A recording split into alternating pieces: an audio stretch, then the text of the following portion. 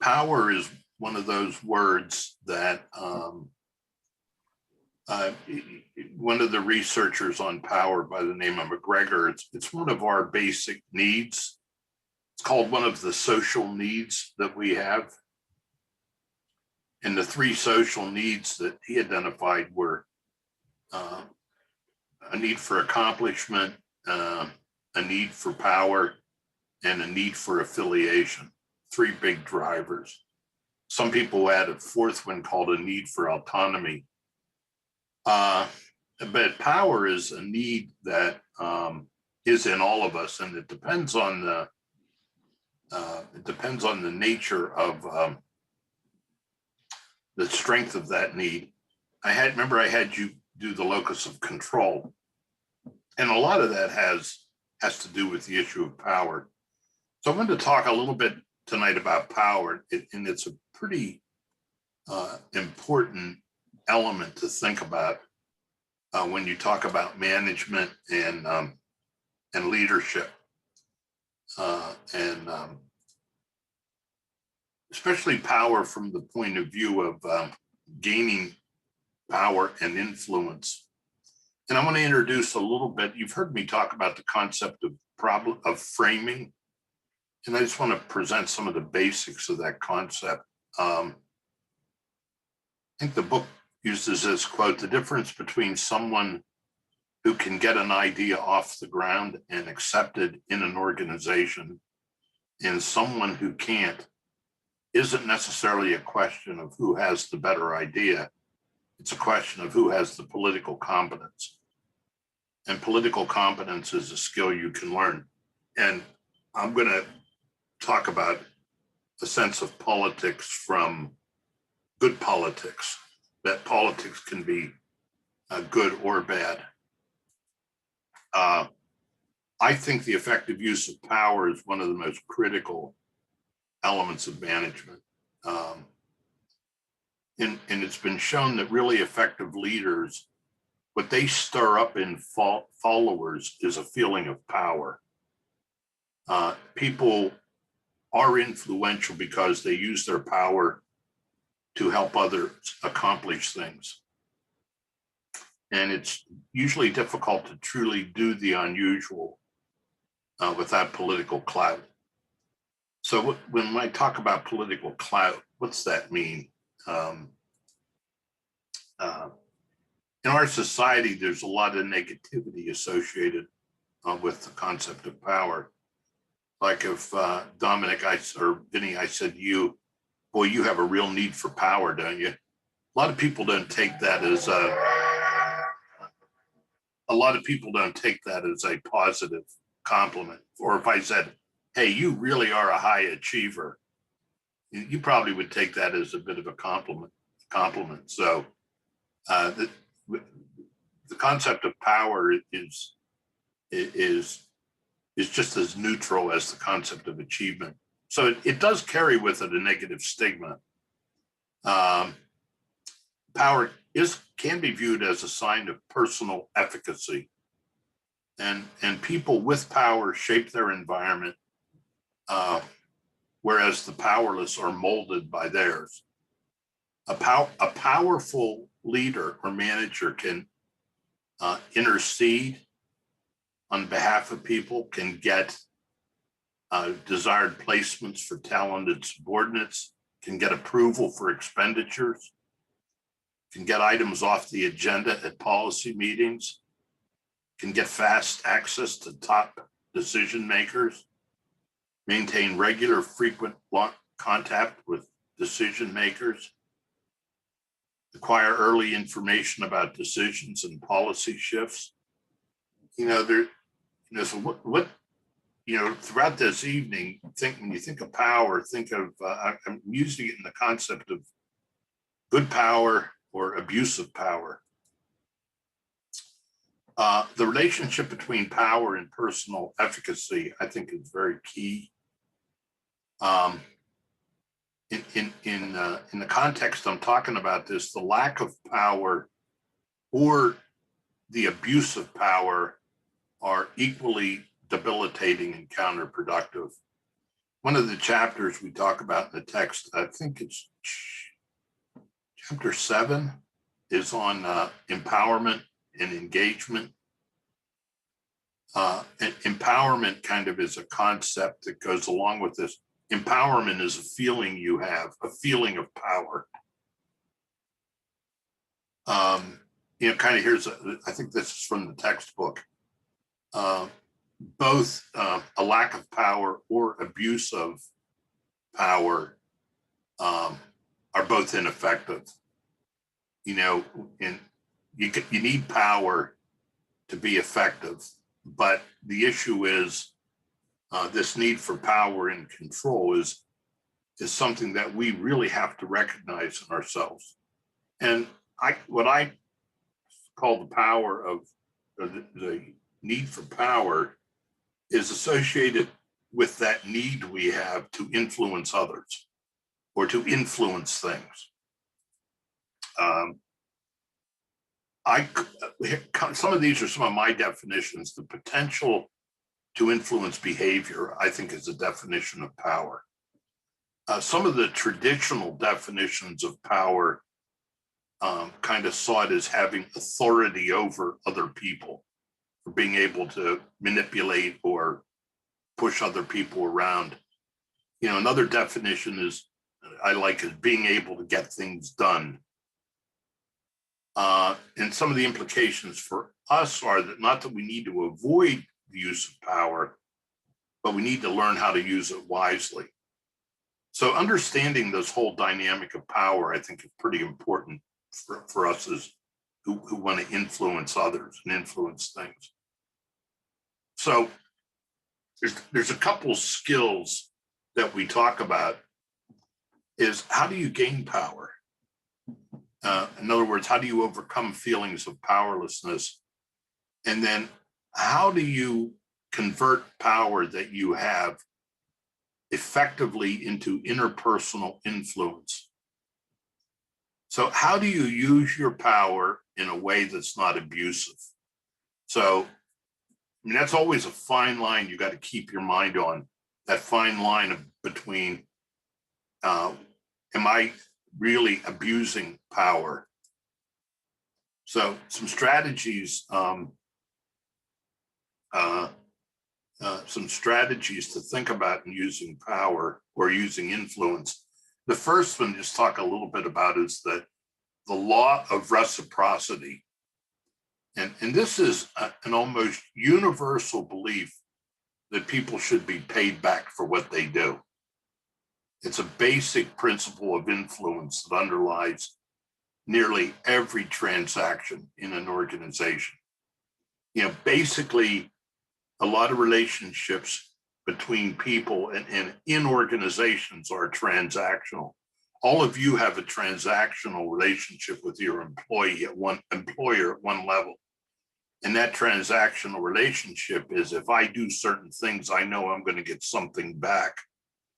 And that something back can be tangible goods, it can be services, or it can even be non-tangible things like praise, etc. But I think that law of reciprocity operates. And a lot of influence in organizations depends on mutually satisfying exchanges. And influential people are people who can offer you something that you value. And there are many things that can be traded in an organization.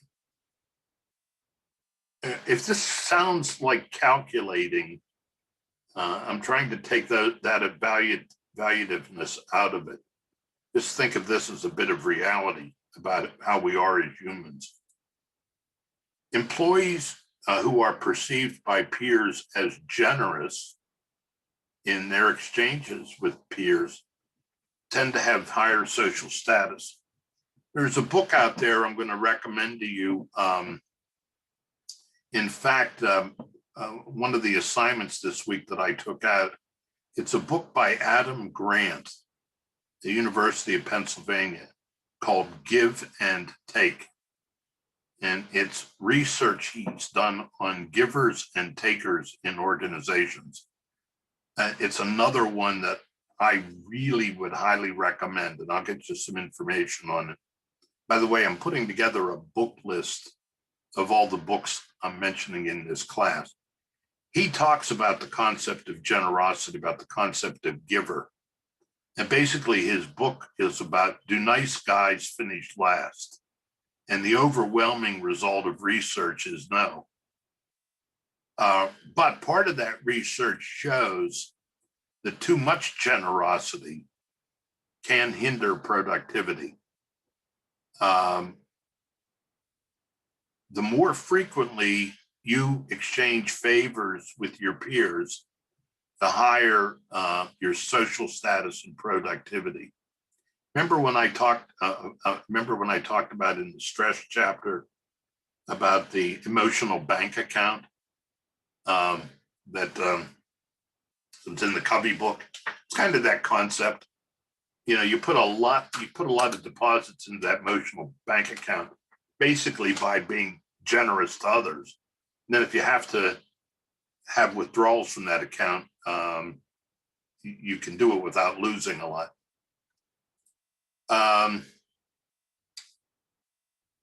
In Changemakers, Cantor reported that successful influencers never lost sight of the ultimate goal, but were willing to be flexible about means. And so some other influence strategies that are used, one is forcing. And, you know, forcing is either coercion, threatening people, using fear. Indirectly, it might be intimidation. Reciprocity, we talked about that. I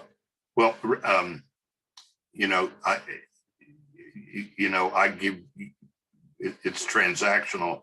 And then reason, appealing to personal values. Maybe I appeal to your rational sense. So these are 3 influence strategies that are talked about.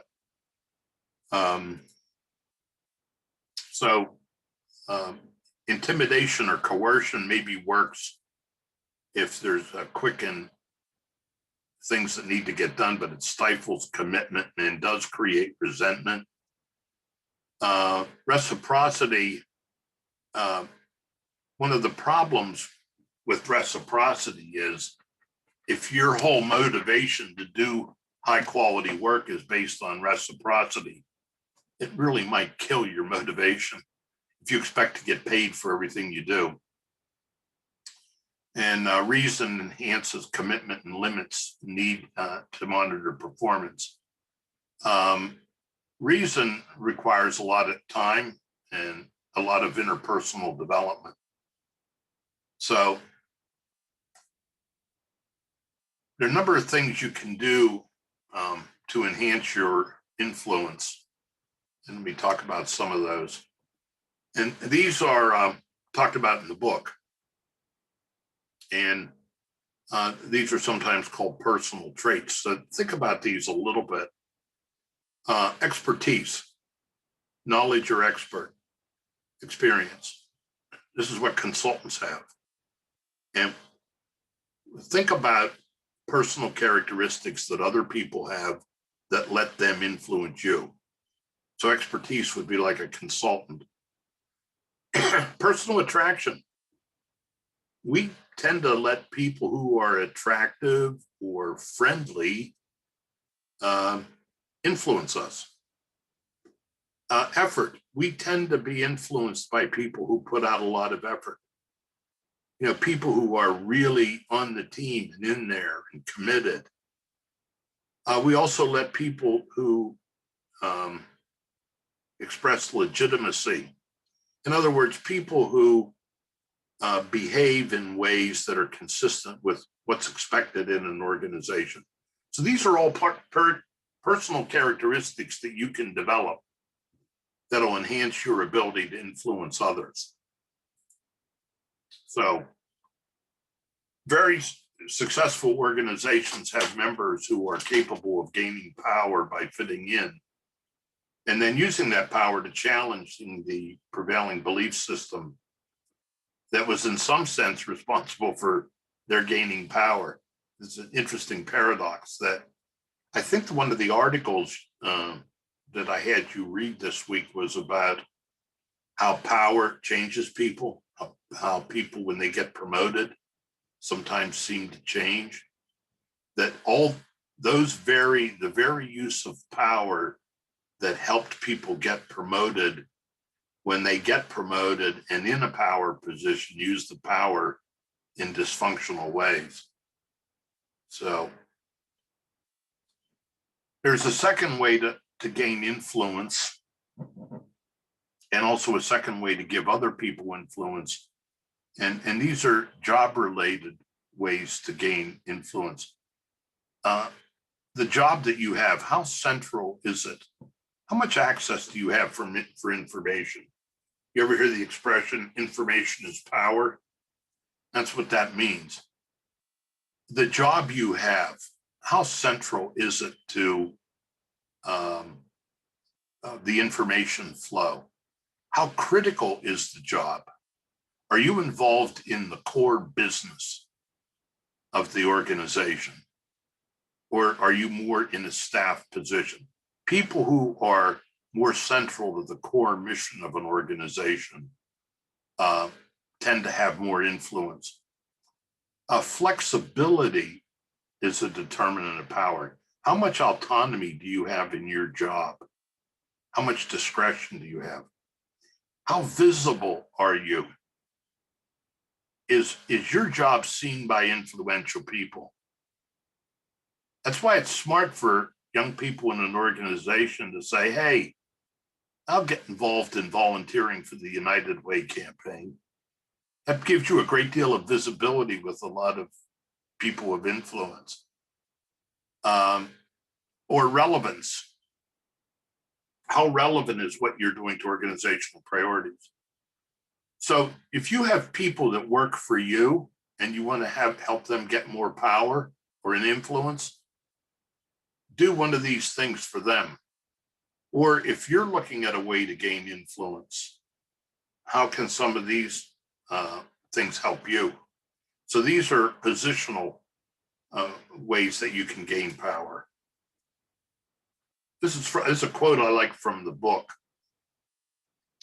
Inexperienced, ineffective organizational members grumble about not having enough formal power to get work done, and they covet the influence wielded at higher levels. In contrast, savvy organizational members realize that informal network power is available to individuals at all levels. Furthermore, they understand that informal personal power generally precedes rather than follows from formal organizational power. So the other night when we were doing that group exercise, part of it was an influence. How do you influence people? How do you typically influence people in your day-to-day life? All right, basically, what I hit on there were some of the highlights from the chapter. And I think the big takeaways are thinking of gaining power and influence for yourself. And you're always walking that fine line between, when I have power and influence, how am I using it? Am I this McGregor who did research on power wrote a very famous article. It's maybe 50 or 60 years old. It was called The Two Faces of Power. And what he did is he researched power, and what he did was he had people listen to speeches of people like John F. Kennedy and others. And then he had people who listened to the speeches write out reactions. And most of the reactions that people wrote out were expressions of power. They felt powerful. And the two faces of power that he talks about is power that empowers others, that you give your power away and empowers others to do extraordinary things. That's one face of power. The other face of power is using your power to make pawns of other people, to take power over them, to manipulate them. And that's what he talked about, the two faces of power, which one is that the most powerful people are those who, in the paradox, give it away. You've heard me talk about that book, Reframing Organizations. I wanted to quickly go through a real quick synopsis of what the book is about, but I want to highlight some things in the book, and they talk about politics and being an effective politician. And since it's related to power, I wanted to talk about that a little bit. This is the book, Reframing Organizations. I think it's in its 8th or 9th edition now.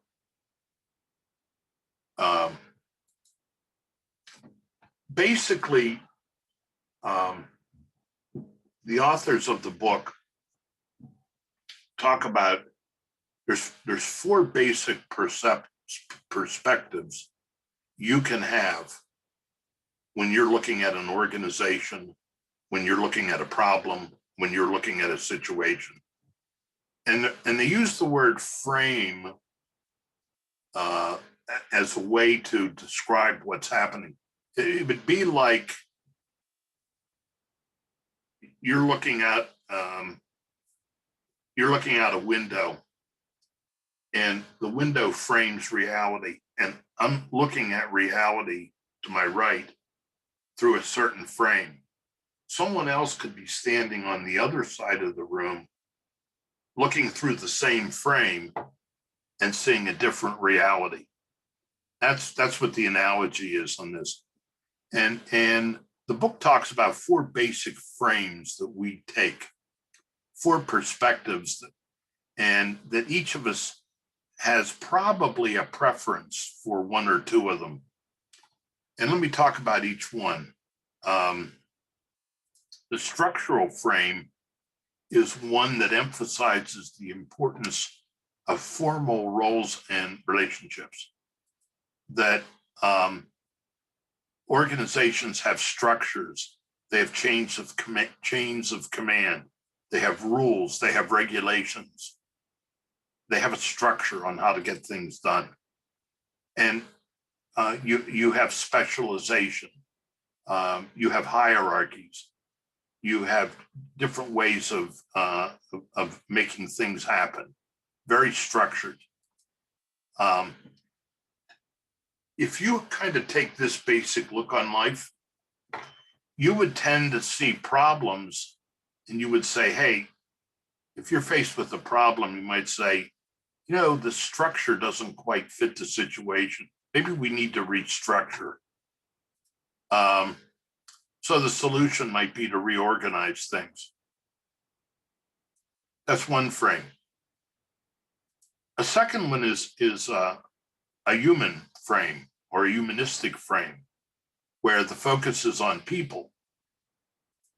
And basically, individuals have needs, have feelings, have biases. The view is that maybe the organization should be fit to the people, that you need to find a structure that will enable people to get the job done, that enables people to operate at their best.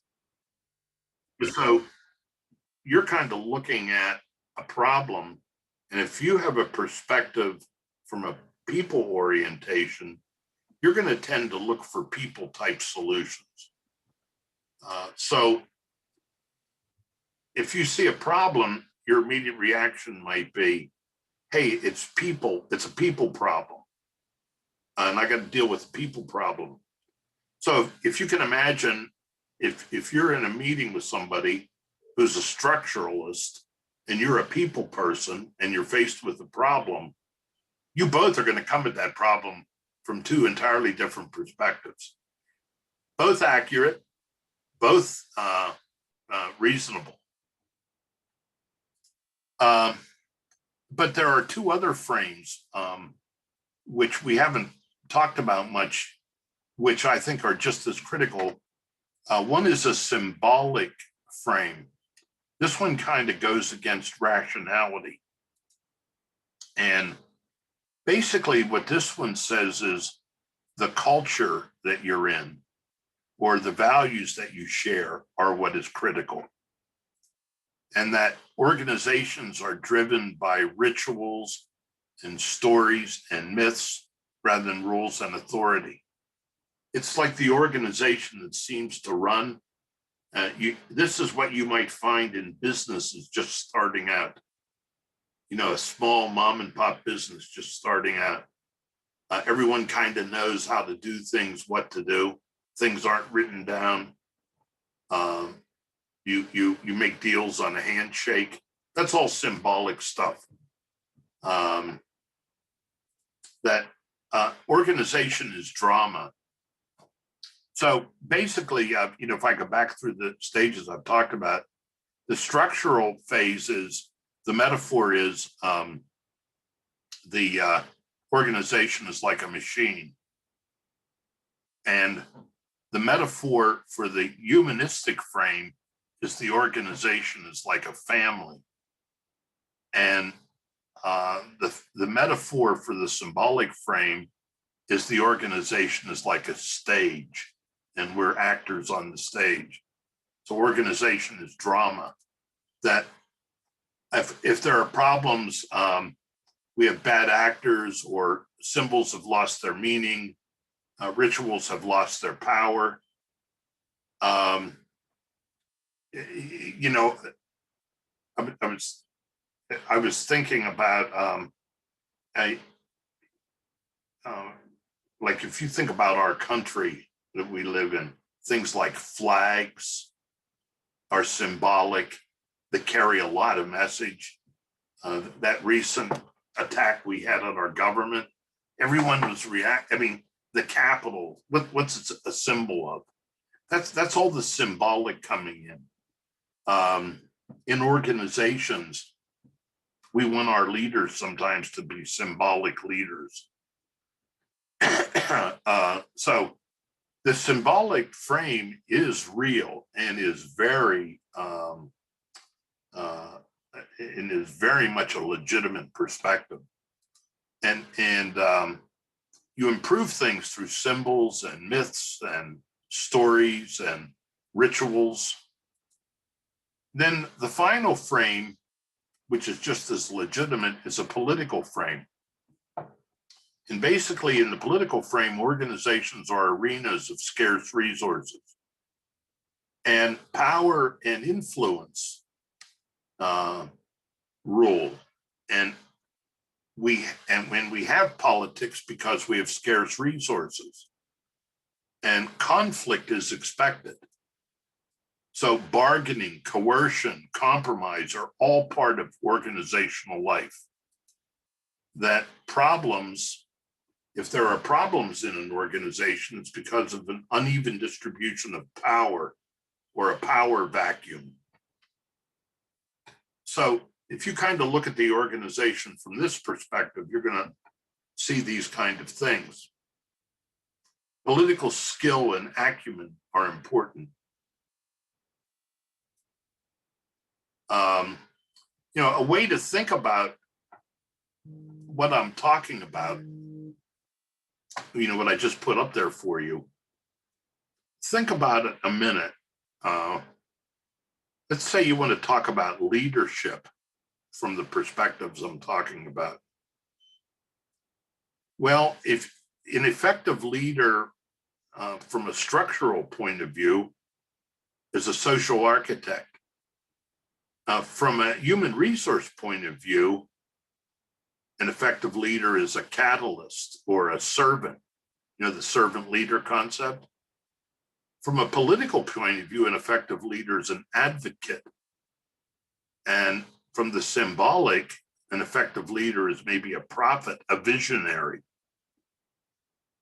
And, you know, processes that you use are, from a structural point of view, design, from human resources, empowerment, political coalition building, and from symbolic inspiration. But also you can use this frame to describe an ineffective leader. So an ineffective leader in a structural frame might be a petty tyrant who manages by fiat. Sometimes if you're too much of a people, human frame, an ineffective leader may be seen as a wimp or a pushover. In the political frame, an ineffective leader might be seen as a con artist or a hustler. In the symbolic, a fanatic or fool. So I offer these as ways of how we might frame situations. And you can take a look at meetings in your organization and look at them from each of these four perspectives. So the notion of this concept of reframing organization is to give you some conceptual versatility when looking at issues. And one of the premises of the book is that you don't necessarily go about problem solving. What you do is problem framing. So I put these notes in here for you. I will be sharing these slides. These are what some of the beliefs are in each of the frames.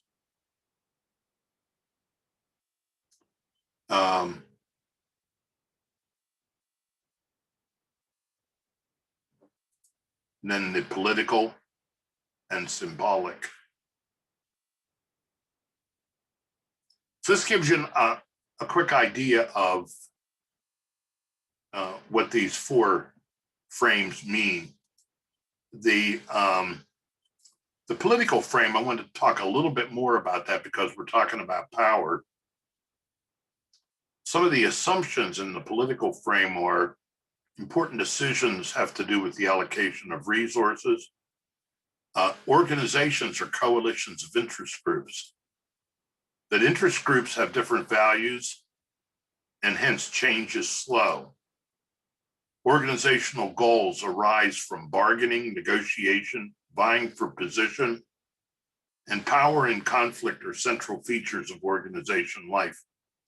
Next week, I think the chapter is on conflict management.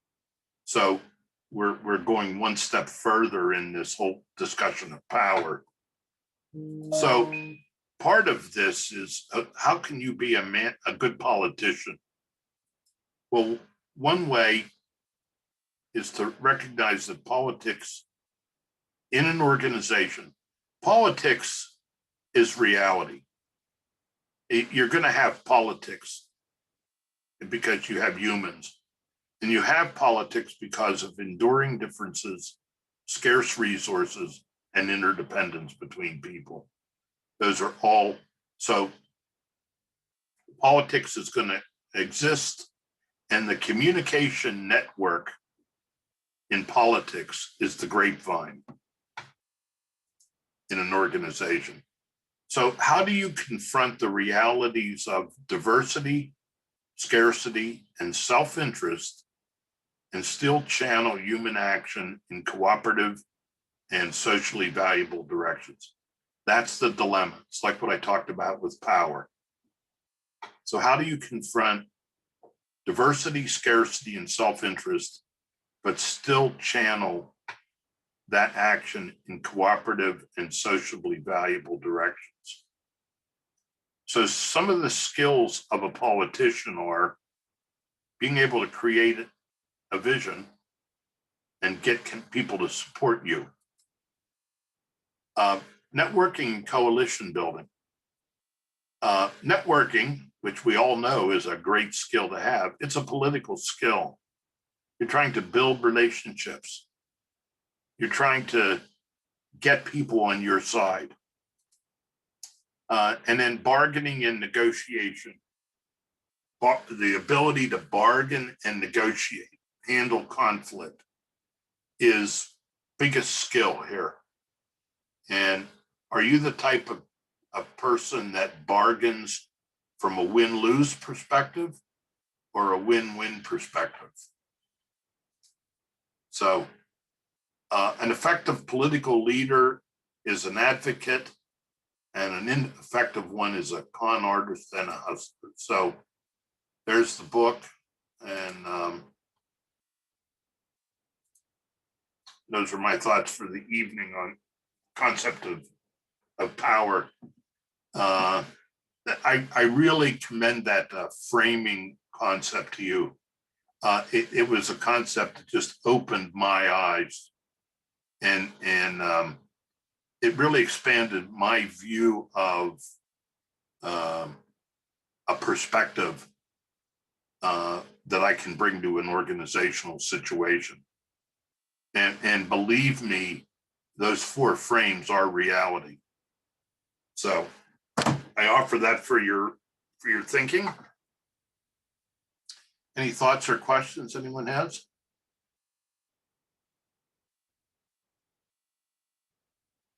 I will make these available, and I will try and get it up tonight or tomorrow morning. God, this class is moving along too fast. It is. I owe you an email, Severia, so I'll get back to you. Oh, you're fine. Thank you. All right. Anything else? All right. Well, I'll sign off for tonight. Thank you so much. All right.